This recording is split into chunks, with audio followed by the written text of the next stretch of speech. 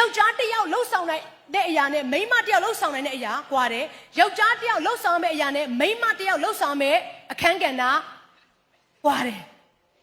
ဒါကိုသဘောပေါက်ဖို့အတွက်ဖြစ်တယ်ယောက်ျားတစ်ယောက်ကခလေးမွေးလို့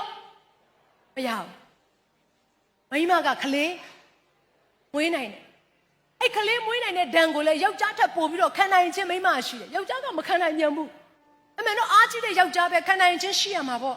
ဒါနဲ့သိပ္ပံပညာရှင်တွေကစမ်းသပ်တဲ့အခါမှာမိန်းမတစ်ယောက်ကလေးမွေးတဲ့အခါမှာနာကျင်မှုရဲ့အစပြိုးမှုလေးရိုးလေးအစပြိုးမှုနော်အဲ့အစပြိုးမှုလေးကိုသူတို့ရဲ့နော်ခန္ဓာကိုယ်မှာစမ်းသပ်ပြီးတော့နာကျင်တဲ့အရာတာကိုသိစေလိုတဲ့အခါမှာဘာလို့လဲဆိုတော့သူတို့ဘိုက်ပေါ်မှာဆက်ကိုတက်လိုက်တယ်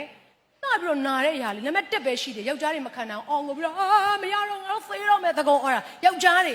တစ်ခါတည်းကတင်မောခုံချလူးလက်နော်အဲ့တော့မိန်းမရဲ့နာကျင်မှုနံပါတ်1ပဲရှိတယ်30မဟုတ်သေးဘူး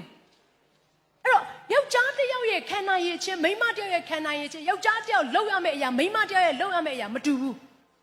မိန်းမလှုပ်နိုင်တဲ့အရာကိုယောက်ျားမလှုပ်နိုင်ဘူးယောက်ျားလှုပ်နိုင်တဲ့အရာကိုမိန်းမမလှုပ်နိုင်ဘူးဒါကြောင့်ယောက်ျားနဲ့မိန်းမကပြိုင်စရာအကြောင်းမရှိဘူးကိုလုံးမဲ့အလုပ်ကိုလုံနေဖို့ပဲဒါပေမဲ့အိမ်နောက်မှာဘလို့ဖြစ်လာလဲဆိုတော့ယောက်ျားနဲ့မိန်းမကပြိုင်ဆိုင်ကြတယ်ဟာငါကရှာကျွေးရတာငါကနေတို့ကိုတခါတည်းအလုပ်ထဲမှာအပင်ပန်းခံပြီးတော့လှုပ်ဆောင်ပေးရတယ်ဒါကြောင့်မလို့နင်ကအိမ်မှာနေပြီးတော့ဘာအလုပ်မှမလုပ်ပဲနဲ့နောက်တခါတည်းငါရှာသမျှကိုနင်စိန်ခံပြီးစားနေရတယ်ဆိုရဲစကလုံးတွေကျွန်တော်တို့မသုံးသင့်ဘူး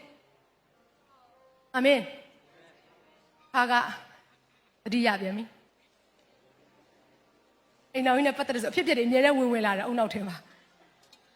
အခါကအဲ့လိုမျိုးပြောတတ်တဲ့အမျိုးသားတယောက်ရှိတယ်သူ့မိန်းမကိုလေခါတဲ့ပြောပြီးတော့ငါအပြင်မှာအလုံးမလုံးချင်ဘူးနေ့လိုအိမ်မှာနေပြီးတော့ဇိမ်နဲ့နေချင်တယ်ကလေးတွေကြည့်တယ်ဆိုတာလွယ်လေးပဲဒီခုဒီကလေးတယောက်လေးတော့မကြည့်နိုင်ဘူးလားဆိုခင်မွန်းတွေကပြောတဲ့အခါမှာခါတဲ့ညကျတော့သူဆူတောင်းတော့တဲ့ခါတဲ့သူမိန်းမဖြစ်သွားမိန်းမယောက်ျားဖြစ်သွားတယ်သူတို့နှစ်ယောက်ခန္ဓာကိုလဲသွားတယ်တောင်းလိုက်တာပုံပြင်နော်တကယ်မဟုတ်ဘူးကြိုပြောထားတယ်တချို့တွေကတခါတယ်ဆရာမစစနာမင်းပြောခဲ့တဲ့ကျန်းစာတွေကဟာသွားအဲ့ခဏကိုကတောင်းသွားတော့အဲ့သူမိမကပြောတယ်ရတယ်ငါလဲအပြင်မှာထွက်ပြီးတော့နေအလုပ်ကိုငါဝန်ထမ်းရတာပေါ့နေအရန်ပင်ပန်းနေဆိုတော့မိမတခါတည်းသူယောက်ျားရဲ့အင်ဂျီကိုဝတ်ပြီးတော့အလုပ်ကိုသွားတယ်သွားလဲသွားဟိုမှာဟာယောက်ျားပြောသလိုမပင်ပန်းဘူးသူအရန်ပျော်တာမိမအရန်ပျော်ပြီးပြန်လာတယ်အားရသူယောက်ျားအိမ်မှာမိမပုံစံနဲ့ထမိန်မနိုင်ပဝါမနိုင်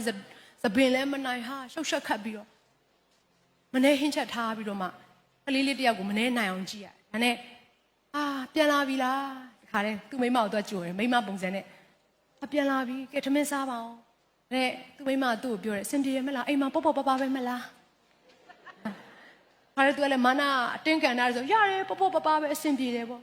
ကဲဒါနဲ့ညကြတော့ညရောက်လဲရောက်ကုန်အစေခံခြင်းလုပ်ငန်းကစတာပေါ့နော်အမှုဆောင်ခြင်းလုပ်ငန်းသူမသိကြအောင်ဒါနဲ့အမှုဆောင်ခြင်းလုပ်ငန်းပြီးသွားတယ်ပြီးသွားအောင်ဒါနဲ့သူမနေ့ရောက်တဲ့အခါမှာအဲ့သူ့ရဲ့အမျိုးသားငါမိန်းမဖြစ်ချင်တော့ငါယောက်ျားပဲပြန်ဖြစ်ချင်တယ်ဒါကြောင့်ကိုတော့ကျွန်တော်ရဲ့ခန္ဓာကိုပြန်ပြောင်းပေးပါလေဘုရားခင်သူ့ပြန်ပြောတယ်ပြောင်းပေးမယ်ဒါပေမဲ့မင်း6 လစောင့်ရတော့ညတော့အစေခံခြင်းလုပ်ငန်းပြီးသွားတော့ကိုဝင်ရှိသွားတာလေ။အော်တဲ့တော်တော်စဉ်းစားတယ်။အဲ့တော့ကျွန်မနားလဲစေချင်တယ်။တယောက်နဲ့တယောက်ပူချင်းစားမှာဖြစ်တယ်။အာမင်။တယောက်ရဲ့အလုပ်ကိုတယောက်ကတန်ဖိုးထားပြီးတော့ဂုဏ်ပြုတက်ရမှာဖြစ်တယ်။ပြီးခဲ့တဲ့နေ့တွေတုန်းကလည်းသင်ပေးခဲ့ပြီ။တယောက်ကကိုယ်ကိုဟင်းချက်ပေးတာပဲဖြစ်ဖြစ်ခလေးကြည့်ပေးတာပဲဖြစ်ဖြစ်ခေါင်းဖီးပေးတာပဲဖြစ်ဖြစ်နော်အဝတ်စားလေးတစ်ခုခုယူတာပဲဖြစ်ဖြစ်ကျေးဇူးတင်နေဆိုတဲ့စကားလုံးကိုသုံးရ